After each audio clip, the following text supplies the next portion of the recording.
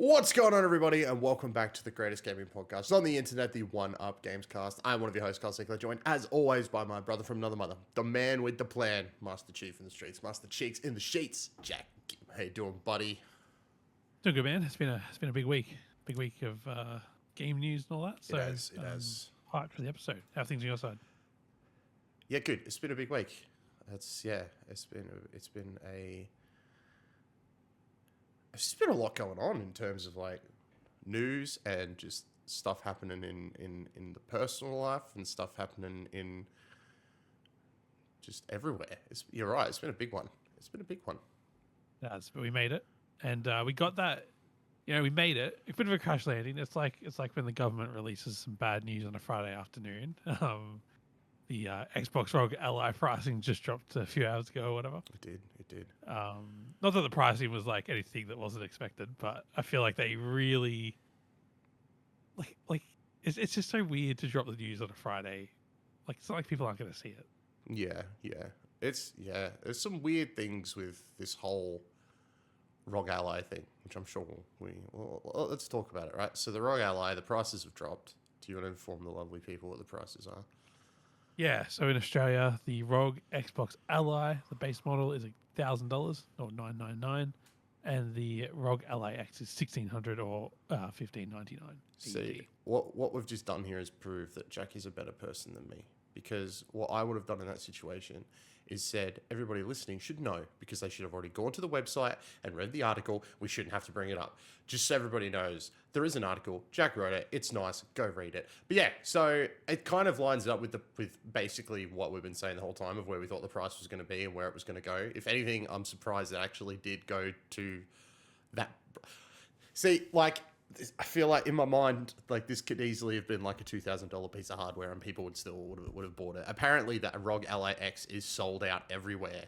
Like yeah, JB's already on the second shipment. Yeah, like around the world, it's bloody gone.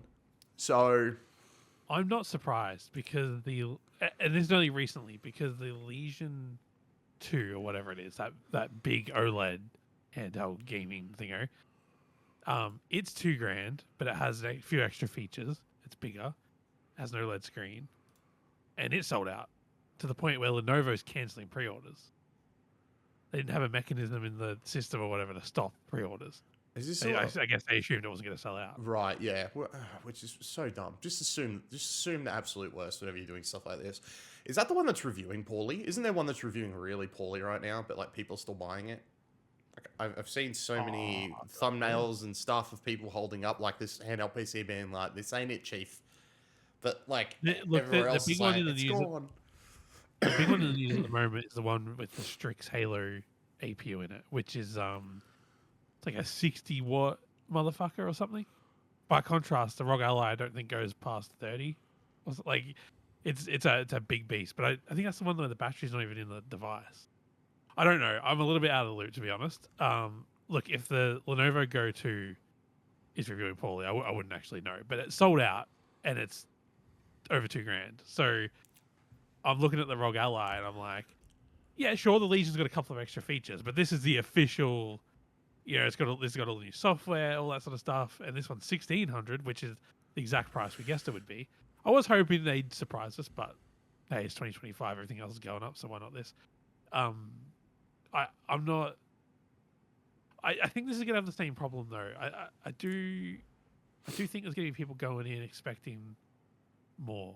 Like if you compare it to a Windows handheld that isn't running all the new software, I'm sure this thing's gonna be like, you know, way ahead of the game.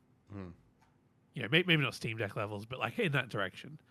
But I still fear that maybe there's a lot of people going in expecting a smooth ride like you would get if you just bought an Xbox Series. So I don't know. I feel like there's gonna be a lot of clickbaity headlines, a lot of YouTube thumbnails that are like, you know, make this thing sound questionable. Because like I was watching a Digital Foundry video the other night where they got some hands on with it in Germany, and they were highlighting a few of the bugs they experienced in the software, and a lot of it's fixable. Like it just needs to be coded, not end of world stuff, but.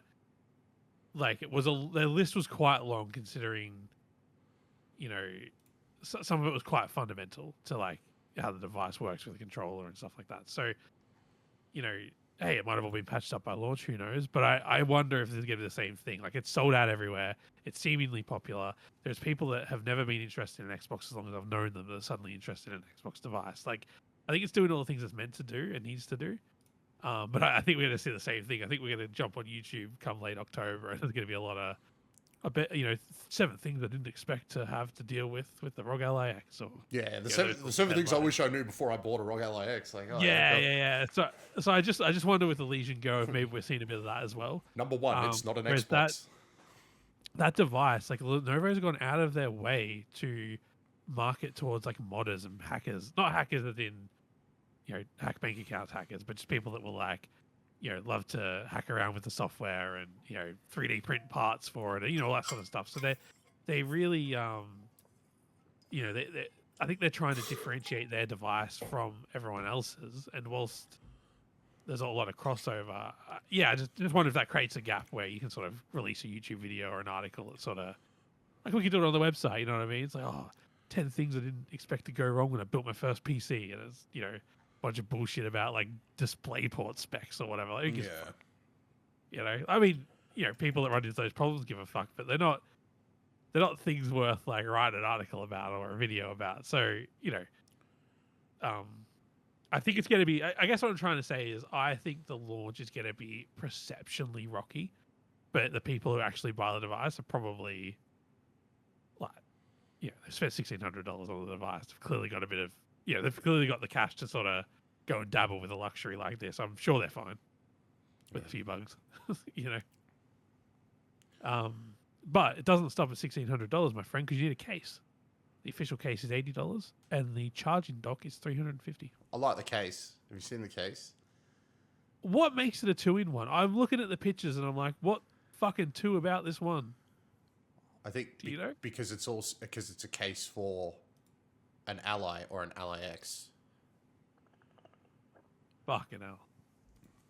I wasn't even going to put the 2-in-1 part in the article, but I'm like, well, it's in the name of the thing on the on JB and stuff. So I'm like, I sat on that for longer than any other part of the article. Yeah, I don't know what to do. I can't tell what it is. Like, it's either that, like, hey, it carries both, or it's because Carries the charger. It can also stand it up. But I would say that because it can carry both consoles. Okay, fair enough. Cool. I like the back of it. That's the best part about it. Oh, and the shit thing is, if I brought this device, I'd be up $80 for a case. Like, that's the one I want, the official one, But yeah, anyway, and we don't appear in Australia to have the charger dock, which is this one's called a charger dock, but there's also a dock that is built into the wall charger, like the wall port, like the thing you plug into the wall to charge your ROG Ally. So I think it's like $100, and basically you plug that into the wall, plug your Ally into it to charge. But then this thingo in the wall, I can't remember what you call it, the brick, the transformer, that thing, has a HDMI port in it. So then you can run like a monitor into that, and it'll become a desktop experience. There's a couple of USB ports for keyboard, mouse.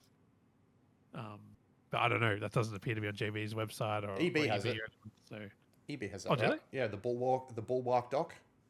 No. This dock is a really small. It fits in the. Why am I struggling to describe this? When you get a phone charger and you plug it into the wall, and there's like a bit of a brick that goes into the wall. Yeah. Yeah, all the ports are in that. Okay.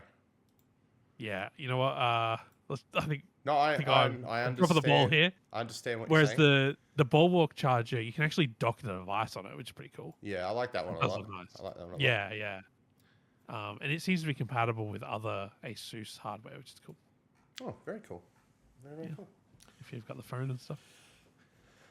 Sucks that EB didn't get the X, because like I probably would have pre-ordered one through EB. Gives me a chance to like actually pay it off, rather where everyone else wants the money straight away. Yeah, that's a good point. I wonder what's going on there. That seems odd. Like, it's sold out. So, like, as in, if EB just naturally passed up the opportunity to stock it, I feel like they've just left money on the table. Classic EB. Yeah, maybe. You know what I mean? That's just classic them. It's an interesting one. So yeah, I don't know. I don't know if I'm going to buy it, to be honest. I feel like just with the stage of life that I'm in. I mean, $1,600 is tough enough to find, but even if I had the money, not sure how much I would use it at the moment. So, um, we'll see. We'll see how we go. I think it's a dense device. I'm not 1,600 might be right price. I don't know, but it is a lot comparative to the price of a console. So, be interesting to see how it goes. So far, so good, I guess, based on the pre-order numbers. I feel like getting one of these things is going to be like really rough for like for the first however many.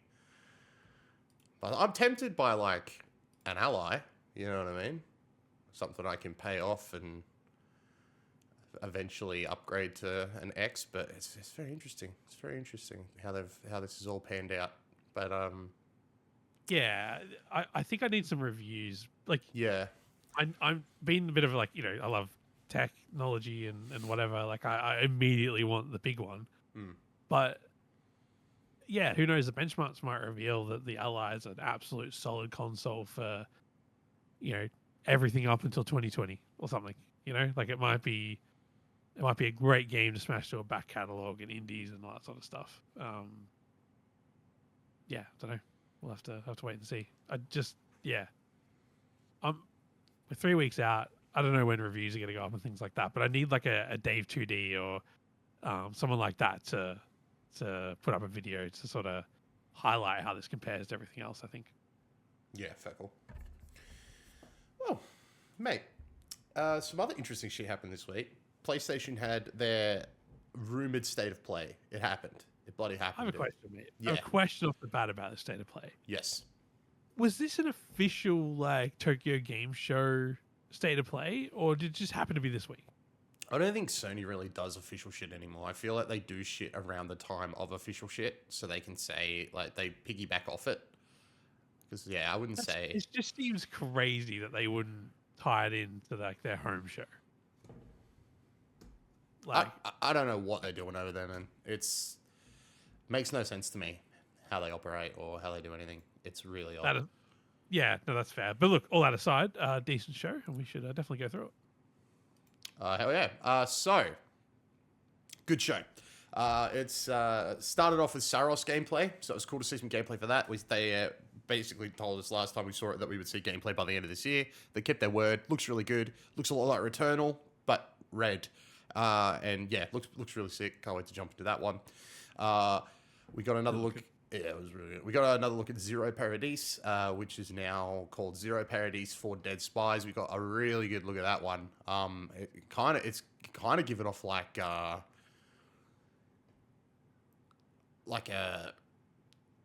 I don't know how to explain it. One of those things where it's like you play, you die, you start again, but you have all the information you had like before you started. Oh yeah, that's the vibe I'm getting. I'm probably like way off, but.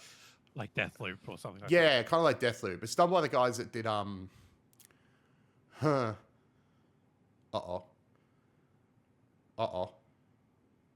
Who are they? They did... Oh, sorry, I'm not coming to help on this one. They did the game that everybody... It'll come to me. Microsoft Flight Simulator 24 was announced to be coming to PS5, and it was quite funny because I said, hey, this is great, but the only thing that would really make this worthwhile in my mind is if they were working on it in VR. And then at the end of the trailer, they said they were working on it in VR. So that's cool. So that's coming. Yeah, that's awesome. Like, I can't think of one example yet of Microsoft bringing their game to PlayStation and not letting it be a first-class citizen. Yeah, legit. Then we got the campaign trailer for Call of Duty. I was about to say Call of Duty Battlefield 6. Oh my god, dude. It's been a week. Battlefield 6 campaign trailer dropped, and my goodness, man, there are a lot of people in there that could have done other things with their lives, but they decided to be soldiers. No, it looked really freaking good. Like, really freaking good. What were your thoughts and feelings? My thoughts and feelings were, for the first 15 seconds, I'm like, oh, well, this game looks great. I wonder what it is. Once I realized it was Battlefield, I was like, oh, sweet. Already getting that one. Yeah, it was weird how there was no real build up to it being like a Battlefield trailer. Like it really just was like It felt like just boop, a trailer for something. You know, it didn't feel like a build up to we're getting a Battlefield trailer. It just felt like here's another trailer of like, you know, it's during like a Nintendo Switch where it's like they go and it's just like a random indie and then another random indie. It felt like Battlefield, random. It's the same thing as like the Call of Duty reveal. It's like we want people that aren't gonna play this to see it, because I think the campaign looks very cinematic. It looks very big. You know, like whether it's good or bad, who fucking knows? I mean, it looks good in my opinion. I'm keen to play it. It looks great, yeah. Yeah, but even if it's absolute shit, like I feel like it presents well. So I think you want people to sort of get hooked on it before you reveal it. Because if I was in charge of the trailer, the first 3 seconds would have been dun dun dun dun dun, and then we would have started. So, yeah, I don't know. It looks good. I don't know what else to say. Like I could bang on about my hype for Battlefield coming out in a couple of weeks, but I don't know. I feel like that's well established on this podcast. Yeah, keen. Do you have any initial thoughts before we move on? I like the characters.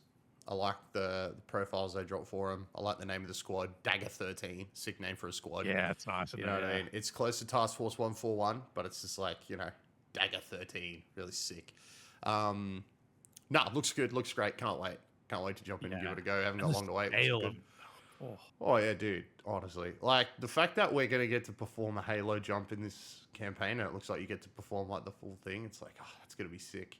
It's going to be so cool. And then you've got, like, you know, all the fights happening in what appears to be, like, Brooklyn and stuff like that. Like, oh, dude. So cool. Can't wait. Cannot wait.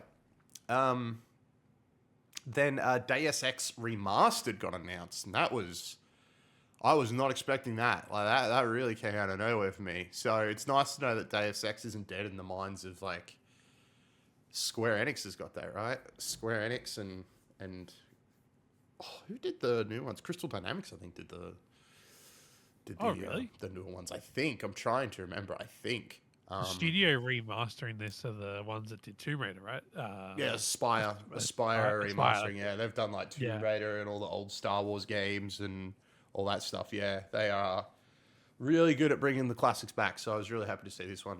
But I had that weird feeling of like, I was watching it and they're like showing off the new visuals and stuff. And I'm like, I think the old stuff looks better. Like, I was like, the new stuff, like, it's like the new stuff doesn't look like shit.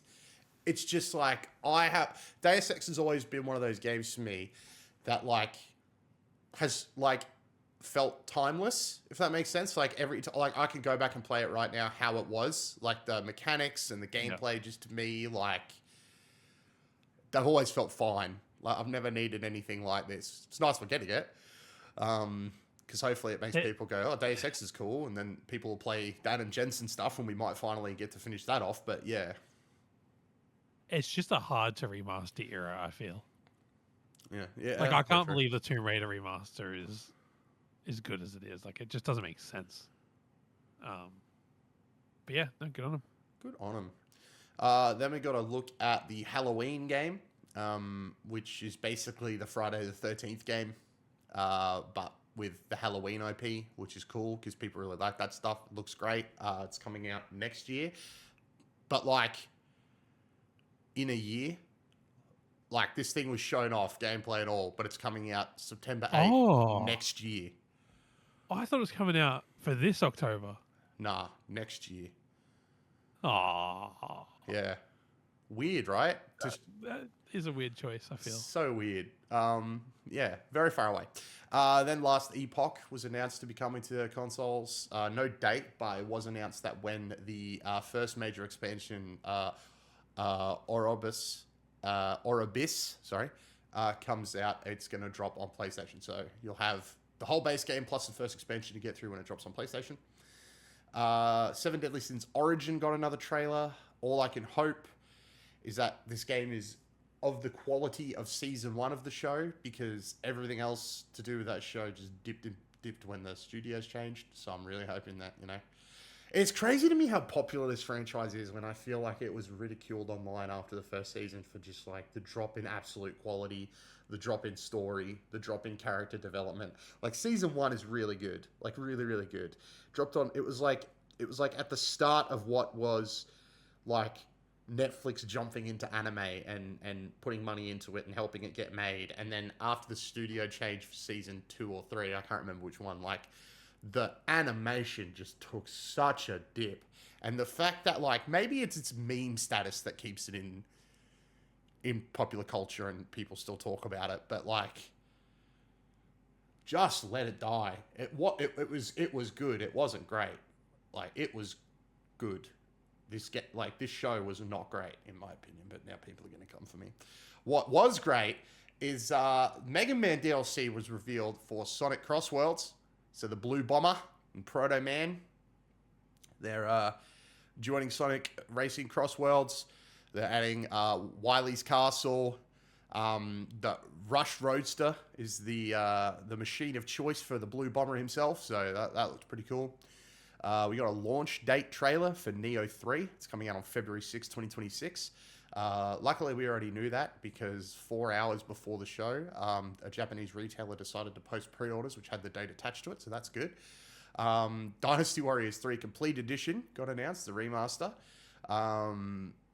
which remasters 3 and Dynasty Warriors 3 Extreme Legends. So that was really cool. They're bringing that one back. The 1 versus 1,000 action game is what they always label it as. That's coming March 19th, 2026, and that one looks great. Code Vein 2 got a release date reveal. It looks good. All these like games like that always look great. It's coming January 30th, 2026. Let It Die Inferno got announced. Really weird looking game. It's a roguelite survival action game. That's coming out December 3 this year for PlayStation 5 and Steam. Chronoscript, The Endless End was shown, which is like a plucky squire sort of cross horror game. That looks really good. Looks really great. I don't know. It's like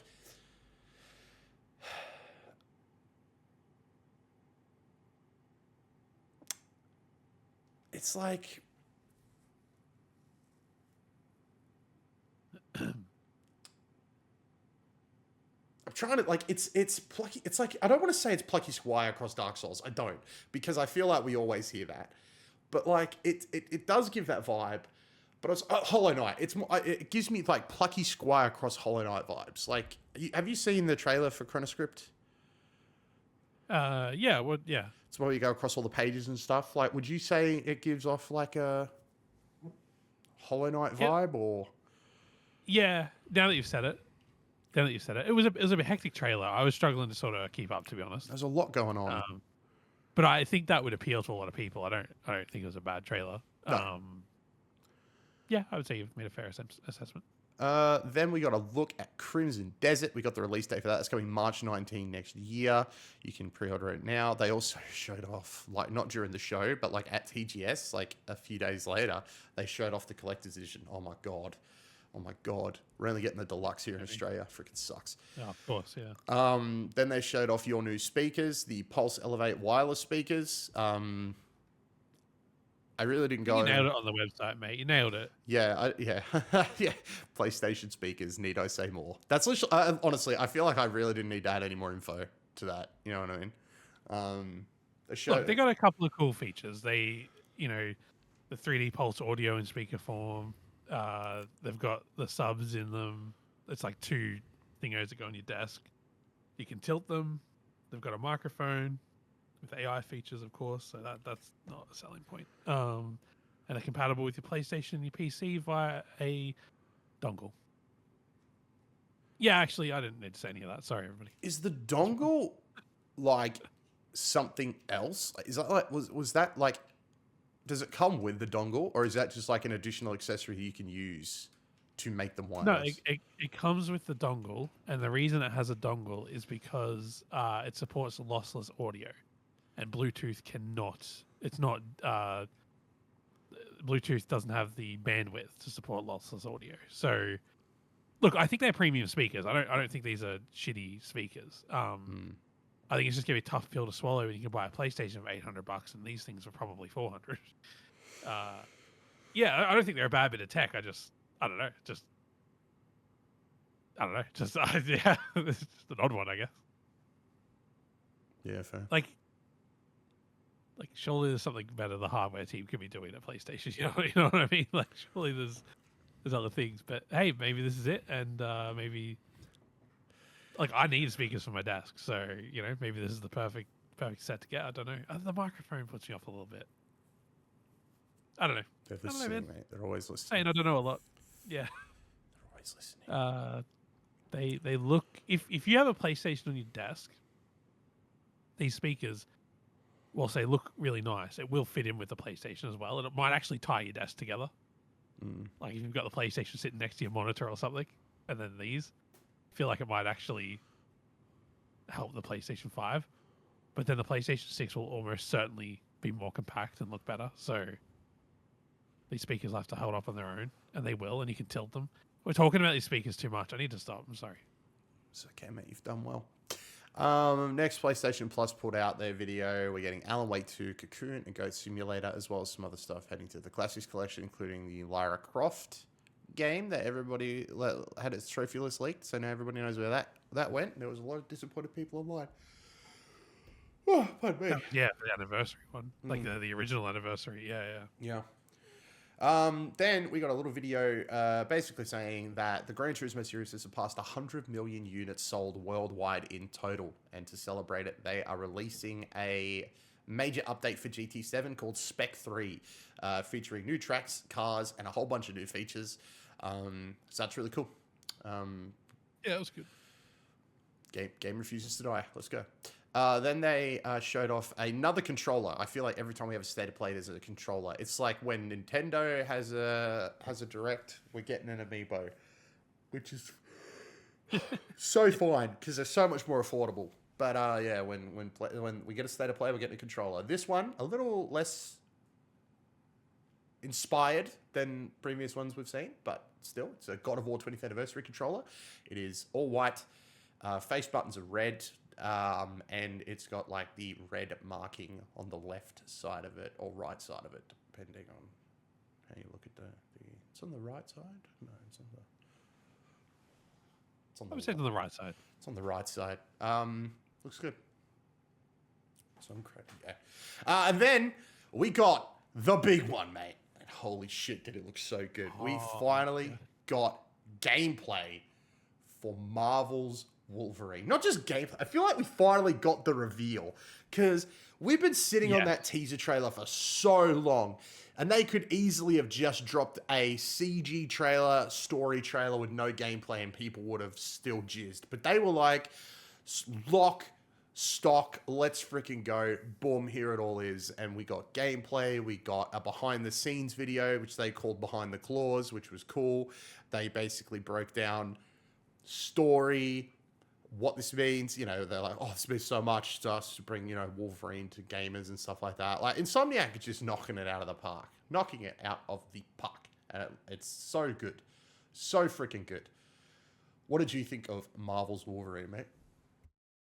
I thought the same as you. I felt like it was a reveal trailer. I even posted, when I posted on Instagram, I called it the reveal trailer. I had to go and edit the post and fix that. I thought it looked great. It's I don't know what the right word is, but like it feels different to Spider-Man in the way that like you don't naturally sit there and go like it doesn't feel like they've taken the Spider-Man engine and mechanics and like stuffed them into Wolverine. You know what I mean? Like, this is a distinctly different game. It's way more dense and like because obviously it doesn't move as fast. Like the world can have so much more to it. A lot more dynamicness, environments falling apart as he breaks things. Like it feels very like appropriate to his character. The violence as well, like, very violent compared to Spider-Man, which again matches the character. Thank God. It feels authentic. That's the word I'm looking for. It feels authentic. Now I say that as someone who hasn't followed Wolverine in the comics, barely even in the movies, to be frank. So I don't want to sit here and pretend like I'm the world's biggest fan, but as someone who's dabbled, this feels authentic. So I hope that the true fans of Wolverine feel the same way. And if that's the case, then Insomniac is just 10 out of 10 and all the way for a home run, I think. The amount of arguments I've had around this game in the last couple of days, man. It's freaking insane. Like it's really causing like people to come out and talk, which is great. Even the idiots. It's so good. I cannot wait to play this game. I need it in my veins. I was very excited when it was being shown off.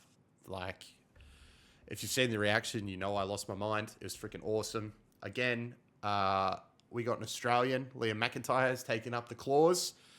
Love to see it. I think this game's going to be so freaking good. The gameplay looks so great. And I have to say, the cover, Insomniac, right? Like, I know they're simple, but they're just simply beautiful. You know, they're so cool. I love the simplicity of the covers with the bold color and the focus on the character. And Wolverine has honestly, in terms of like, maybe even like just like the last, do I say it? I'm going to say it. No, I'm going to say it. He looks peak. Like this is the best he's looked in a long time. I think I like this look more than the MCU one, which is going to be. Got to be controversial because I've seen so many people saying like we've just gotten greatness, what is this? And that was one of my arguments. I'm like, what do you mean? Like this is like almost perfect. And then I had another person going, they were like, if there was one character in all of Marvel that I wouldn't give a suit that has like that looks like a battle armor, it's Wolverine. And I'm like, why? And people are like, because he's like immortal. It's like, yeah, but like why wouldn't you give him armor? Like the man still feels pain. Like, just because he regenerates, he still feels every single hit. Why the hell wouldn't you want a little bit of armor if you know you're going to get into the shit? Just because you can take it doesn't mean you want to. There is literally a line in the X-Men movies where Rogue's like, does it hurt? And he's like, every time those claws come out, it hurts. And it's like, let the man wear armor. Like, this is the least of our issues right now. It looks great. Like, shut up. Like, it's amazing. But yeah, people will look for any reason to complain about anything. But I think he looks great. I think the gameplay looks fun. I think a lot of people, I'm ready for it, are going to be like, it's just a reskinned Spider-Man game. I don't think so. It really looks like they've gone in there and like, it looks very tailored to Wolverine. It looks aggressive. It looks quick. It looks fast. I think if more of the stuff that we've seen in the leaks comes to pass, then it's gonna be great. And Insomniac like will get that sort of like whatever they want to do next, they're gonna get to do. I would love to see them do an X-Men game. Like imagine if you give them a whole team. Like that could be. Whew. Wow. But yeah, Wolverine, great, bloody great. Yeah. So good. No, well said. And I love that it gets treated like a first-class citizen. Like it's just the game's called Marvel's Wolverine. Hell yeah. Not Marvel's Wolverine, the video game, or anything like that. Like it's just Marvel's Wolverine. Yeah. Who do you think we see from Marvel Spider-Man? Because you don't make two Marvel games and not do something. Not do something, yeah. You know what I mean? I don't know. There's a lot of like side characters and stuff. Like it might not end up being too crazy. Like, you ready for this? You know, yeah. What are you thinking? We know that like it's a globe-trotting adventure, mate. We know we're going to Mandripore. We know we're going to Japan. We know we're going around the place, right? Yeah. I don't remember the name of the place where Silver Sable comes from, but that would be cool. Now Jack's gonna go, I don't remember the name of that place either. No, I did not. But that would be cool. Like if Silver Sable made an appearance, or like J. Jonas Jameson sent Mary Jane to Japan. And, like Mary Jane shows up. People would be so mad. I'd be okay with that. I think that'd be what cool. about just JJ himself? He's got a radio spot in Japan for a month or something. Oh, that would be so cool. Oh, that would be great, wouldn't it? Oh, dude. I hope there's some sort of like, I'm sure like there's some one-off mission we've done in Spider-Man where Spider-Man's helped somebody and then that random person will show up in the Wolverine game. Yeah, like, so Wolverine. This is confirmed to be on the same timeline as the Spider-Man games. It's not confirmed, but if they don't, that's so dumb. Yeah, so I guess what I was thinking, like, I wonder in like terms of like years, like as in, could there be like a TV on in the background somewhere that's like a news report about what's going on in New York, or you know what I mean? Like, I wonder if there will be like subtle references everywhere. Wouldn't that be so cool if, like, yeah, to like date where this game takes place, like a TV turns on and they're talking about like what was it in the first game, Dragon's Breath or something going off in New York City? Oh, Yeah, but it's that'd like be cool. we're on a like it should be. Well, we're on a vital mission, and it perfectly explains why we couldn't go to hell. Like we're doing something that's equally important right now. What do you think he's doing? What in the game? Yeah. Like the story? I have no fucking idea. No, I don't even have a thought. I trust Insomniac. I don't need to think about this from my like I don't know enough about Wolverine to add any value. Because the leaks the leaks for this game, we're talking about it, everybody, would imply that a lot has happened in terms of like the X-Men thing, like the X-Men has happened. Do you know what I mean? Like it doesn't feel like he's an X-Man anymore. Like he's got the suit. Like the X-Men have happened, and it's like because there's a lot of. So in the leaks, it shows like one of the sections shows he's talking to Jean Grey, but she's not there, so it implies that she's already done the Phoenix thing and died. Interesting. So it's would help to explain why the X-Men have never showed up to help Spider-Man. Like if they're just not a thing at the moment, they've disbanded. Because think about this though, right? Like everyone would love an X-Men game, or like. I'm sure when everyone gets their hands on these sorts of properties, they want to do everything. But realistically, Insomniac's got to make 3 Wolverine games. You know what I mean? Like, if it's a story that's like post X-Men, like, that's going to take them 10 years to tell. I reckon we get 1. Interesting. And then something else set in the same sort of story. Yeah, I think we get 1 Wolverine game. I think we get 1 Wolverine game, which will lead into something to do with someone else. I think they. Now I'm going to say Sony here. I think Sony. No, I'm going to say Marvel. I think Marvel want more out of Insomniac than Wolverine and Spider-Man because they're killing it, and I think the Insomniac verse is killing it. You know what I mean? I think like what they've done with these characters, the designs, the stories, the vibe, the feels. I think they've nailed it in terms of like. I don't think Wolverine is going to be. It's clearly not like an open world New York City, go around help people in need side mission kind of game. I see this as a Uncharted style. We have a point A and a point B. We're going from point A to point B, and we're on a roller coaster, and we're telling this freaking story, and we're gonna get there. And I think it's gonna be stuff like we're gonna get smaller maps. Like we're gonna get a little Japan map with a few extra things to do to unlock like the Silver Samurai freaking adamantium armor Wolverine's costume, or like feudal Japan Wolverine costume that you can use in your entire playthrough next time or something like that. Like I think this is gonna be a solid 10-hour campaign driven, like well-told Wolverine story that will have like a post-credit scene that will like either line up with whatever they're doing next with Spider-Man, or where they're actually going to push in an X-Men direction or some other direction. I don't know what direction that is, but I think Marvel's Wolverine. Like, if we get a 2, great. If we don't, I get it. Like I just feel like we're at that. That point is very cool. It's very cool. I think it's cool. I could see all that. I'm very excited. I think, as much as Insomniac, clearly at the top of their game with superhero games, and like I think Spider-Man in this game are going to be so distinct, and it's going to be so exciting at the end of Wolverine to think about what could be next, because it could. I mean, the story may tell us, but it could be anything. Could be anything. Like Insomniac's capability is not the limitation.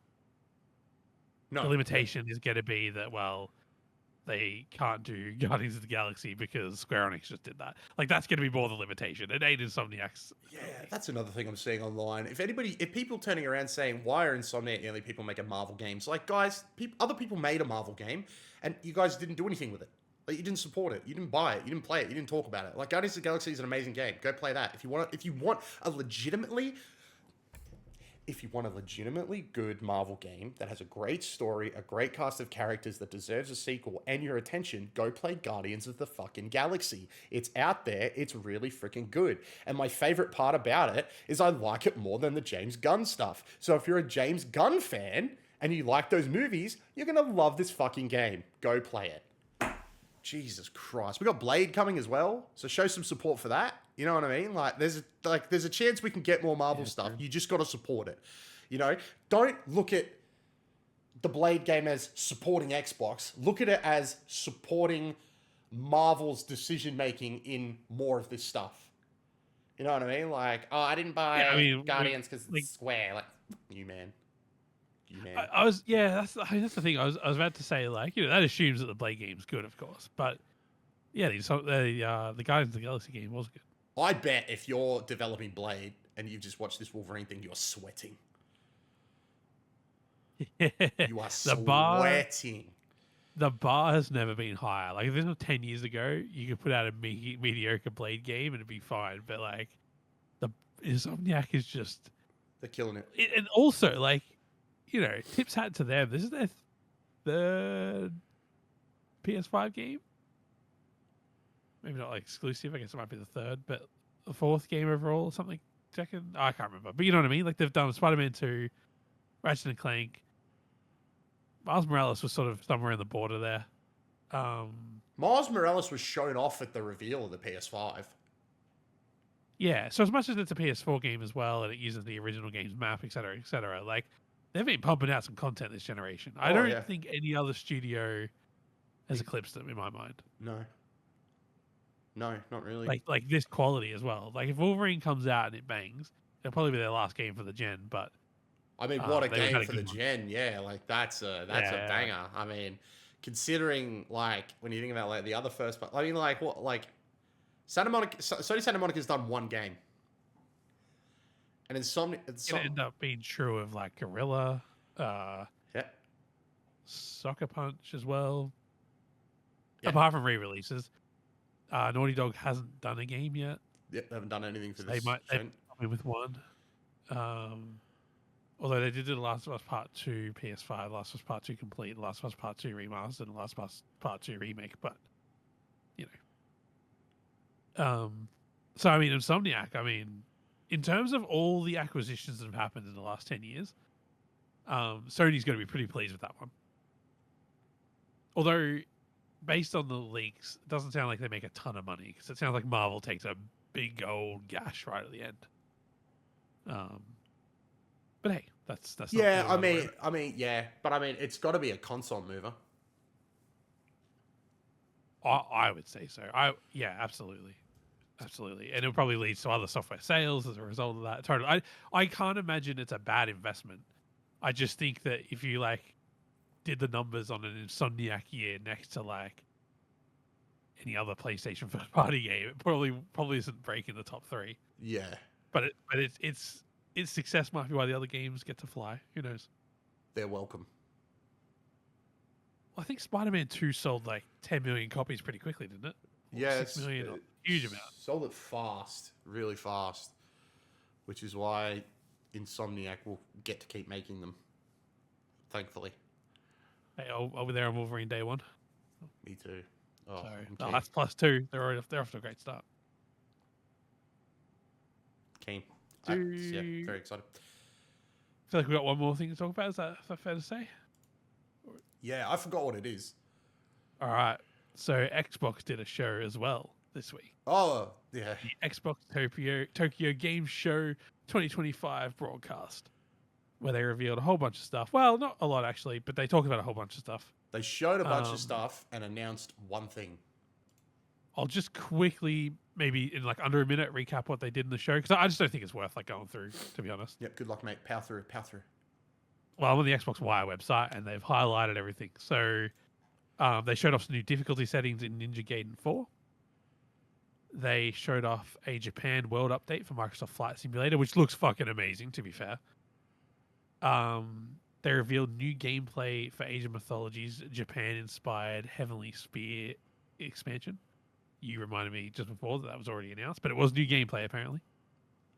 Then we got a little bit more of a deep dive into the Japan-based Call of Duty maps coming out with Black Ops 7. Beth- Bethesda was there with Fallout 76. I don't think that was worth writing this article, to be honest. They showed off. Bethesda showed off some of the best Japanese created camps built for Fallout 76. That was it. I don't think they should have been there. That was all of it. I think they're trying. I think from all the rumors and leaks and stuff, Fallout 76 is going to have a big announcement before the end of the year. So I think they're trying to remind people that it exists.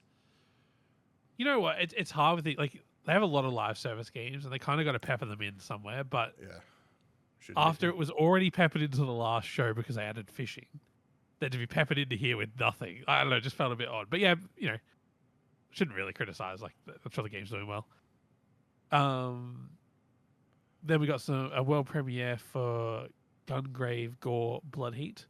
Gungrave. Square Enix surprise released Romancing Saga 2 Revenge of the Seventh for Xbox.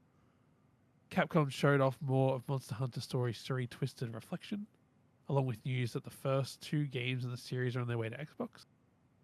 IO Interactive brought Star Power with the reveal of lead character in 007 First Light, as well as a Bruce Lee themed mission in Hitman World Assassination. That wasn't bad, to be fair. Really yeah. Several games featured in the broadcast will be available Game Pass. Yeah, cool. And then they got to the end, mate. They got to the end where they revealed what they'd already revealed on Instagram half an hour earlier. Oh. They revealed that Forza Horizon 6 will be set in Japan. And everyone collectively smiled. Yeah.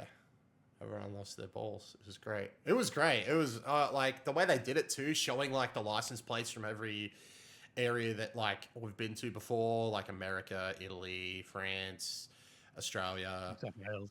Could have picked a better one. Look, I'm glad should have been Queensland number plate. It should have been Queensland, right? Because I feel like the Gold Coast was the main sort of like. Yeah. So Yeah, weird exactly. they went for New South Wales. Do you think they think the Gold Coast is a place in New South Wales? Nah, they can't be that dumb. No, but I think the rest of the world thinks Sydney is the whole country sometimes. So Yeah, I guess so. It is the gateway to the world, so it would make a lot of sense. I think a lot of people. They love saying it. Yeah, I mean, unfortunately. Stupid Sydney. They're one-way streets. I'm just glad they didn't have an Australian number plate that doesn't exist, I guess. Like dude. Should have had a It's still, Toowoomba number plate, mate. Number plate that said Toowoomba just to throw people. True. Or, in Victoria, you can get like Japanese number plates. I think you can in other states as well. Like, they've still got Victorian numbers on them, but it's like in the style of Japanese number plates and the same dimensions. That way, if you have a Japanese import car, your number plate doesn't look fucking ridiculous. Anyway, and they should have added Bathurst to the map. But hey, we can complain all day. We do that. This game is sounding great. It does. It's sounding absolutely fucking phenomenal, if I could say. Apparently, the map's bigger than Horizon 5. The map's more dense. Seasons are back. I guess seasons were in Horizon 5, but like I don't think Mexico's seasons are distinct as like snow and cherry blossom and things like that. Nah, it's like cold dirt or warm dirt. Yeah, which we haven't been that in Australia ourselves, to be fair. But dirt. Rainy dirt. So seasons are fully back, which is great. Tokyo City will be there, and it's described as, from the neon lights and towering buildings of Tokyo City, one of our most detailed and layered environments to date, to the serenity and natural beauty of Japan's rural and mountain areas. We think players will be blown away by the open world of Japan that we have built. It's not the quote I thought I was reading, but yeah, so basically the city's going to be apparently quite dense, quite large, but we're also going to have rural and mountainous areas, which is fucking sick. And it sounds like we're going to have Tokyo expressways as well, because they call out at some point in one of their articles that they learnt a lot from the Hot Wheels expansion in the last game for the expressways in Tokyo. So that's crazy. Fuck, man, this game's going to be just crazy. And it's like, it's been 4 years since they released the last one. They were banging out a game every 2 years. and this one's got it. Well, as of today. Oh, sorry. Yeah, like as of like roughly now, a 4-year dev time. Yeah. And it's coming out next year. We don't know when, but it's going to probably be at the developer direct because they're going to reveal more early 2026. And I dare say with Fable, Halo, and Gears on the way next year, something's got to be early in the year, right? So hell, it might be this, might be 4.5-year dev time. Set in Japan. Oh, it's going to be great. Yeah, what do they do? What do they do at the start of the year? I guess only if it's ready, right? But that's what I guess what I'm trying to say is like, well, the game's bigger than all the others. It's already doubled the dev time, so potentially it's nearly ready. Like, as in that wouldn't be like a red flag. Yes. It is coming to Xbox Series and PC at launch, with PS5 coming later on. I think this game's absolutely gonna fucking go off. Like, I like. If it was any other year, I think, like, oh, are people ready for a Forza and Game of the Year contender? But next year it'll probably get crushed because, fuck me, next year's insane. But I don't know what else to. I could just read the whole article, I guess. But we've got a couple of articles up on the website with a bit more detail that wasn't in the reveal trailer, plus a link through to the reveal trailer if you haven't seen it for some reason. Definitely should. Go read the article. It's good stuff. Good info. Yeah, some great info in there. The attention to detail sounds off the chart. They've got like a consultant in there, a culture consultant in there. They've done trips to Japan. One of the things they talk about in the article, which is just so true, is like from the outside looking in at Japan, it looks crazy. The place looks like it's just crazy. But you get there and you're in the middle of Tokyo and it's like kind of peaceful.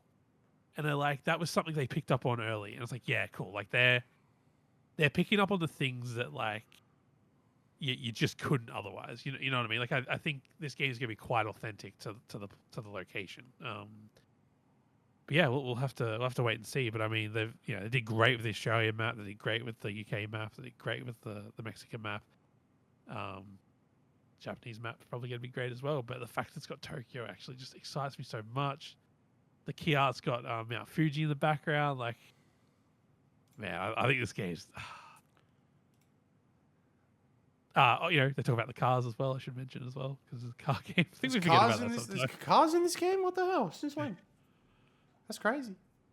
Yeah, where did I put it in the article? Yeah, here we go. In Japanese car culture, the depth and diversity is astonishing.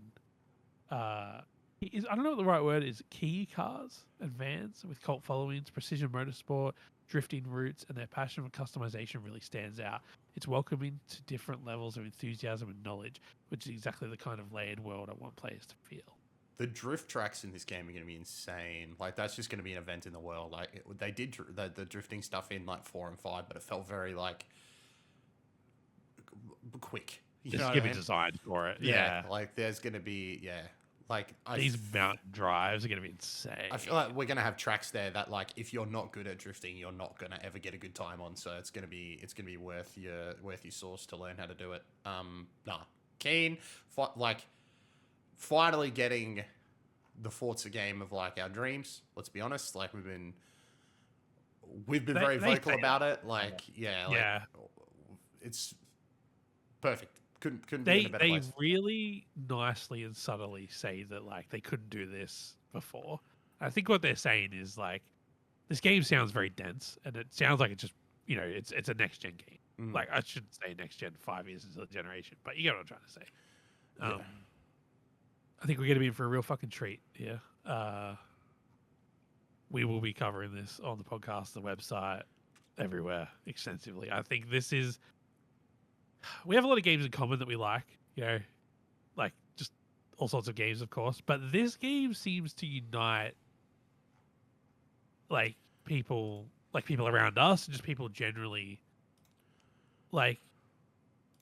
so much. Like, there's people I'll talk to about games, and we'll be talking about like Call of Duty, or there'll be other people when we're talking about Minecraft or Fortnite or whatever, right? But I never really come across someone that's like, nah, not Horizon. Yeah, like this is the game that brings the COD and Battlefield kids together. Yeah, but also it brings the people together that have a racing sim and then that into simulator racing. But it's like, oh yeah, but I'll fuck with Horizon. Yeah. That game's fun, like this game has truly done something. it's delivering on that original promise of Motorsport. Like Forza Motorsport was always, the goal was always to have people that are into cars playing video games and people that are into video games playing with cars. I mean, maybe not investing, but you know what I mean. And I think Horizon is nailing that. You know, and it's got like games are copying them for fuck's sake. You know what I mean? Like it's clearly hit something. Like the sales are clearly indicating that. But I think I think Forza Horizon is quickly becoming Xbox's biggest game. Like culturally speaking, I mean, maybe not sales wise, I don't know, but culturally speaking, I think this game is the most important game they've got. I mean, they brought Call of Duty, I guess, but like in terms of like Xbox game studios, I think this is the top. And I think when this game comes out, it'll be cemented there for a generation. Yeah, I agree. I agree, mate. Very excited if you couldn't tell. It's I think like it's finally happened, and when it comes out, it's going to be the greatest month of our lives. And then it's just going to be the thing of like what do we do with our lives now? Do we get a job? Do we? I mean, the good news is next year we'll be able to go play GTA or Fable true. Or Wolverine. Honestly though, I'm just like, how are they gonna fuck this up? This all seems too good. What if they release it the same week as GTA? I would play Forza. Yeah, I think I would as well. Actually, I would play think I'd have Forza to over play GTA. Yeah. at least for a couple of nights. Yeah, I know that sounds terrible, but yeah, I would play. I think the thing is, right, I could play Forza 6 for a week, go play GTA for a month, and come back to Forza. Yep. But I don't think I could start GTA and then come back a month later. Like when I sit down to turn that game on, I am locked in for a while. Like I can't imagine myself booting up anything else. Yeah, okay. Whereas Forza, you can drop in, you can drop out. Like it's good for it. That's what it's built for. And I must mention the music in the trailer was really intense in all the right ways. So I'm excited to see what the radios and soundtracks and Horizon Festival bring. I hope it's the Teriyaki Boys. I do as well. I think if that doesn't appear in the first gameplay trailer, then they've misunderstood the assignment. A lot of Tokyo Drift has such an influence on my knowledge of Japanese car culture. So this might be a bit like, come on, Jack. But I also hope there's a big parking structure somewhere in the map. Oh yeah, for sure. That'd have to be. Yeah, for sure. For sure. Well, mate, thank you very much for joining me. Thank you for having me. That was a lot of fun.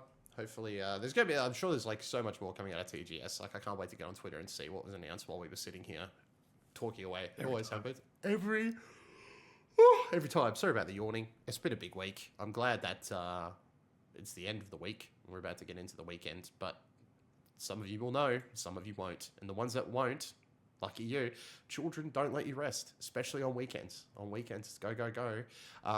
But yeah, guys, thank you so much for listening. Really do appreciate it. To keep up to date with everything Jack, myself, and what 1UP is doing, be sure to head over to oneupgames.com. To support the podcast, please like, follow, subscribe, and do all that fun stuff wherever you listen to the podcast. It really does help. Just dropping a like, dropping a comment, and thank you for the support. That is going to do it from us this week. We will be back next week with more gaming goodness. Until then, may all of your games be good ones, and we will catch you guys next time. Bye, everybody. Bye.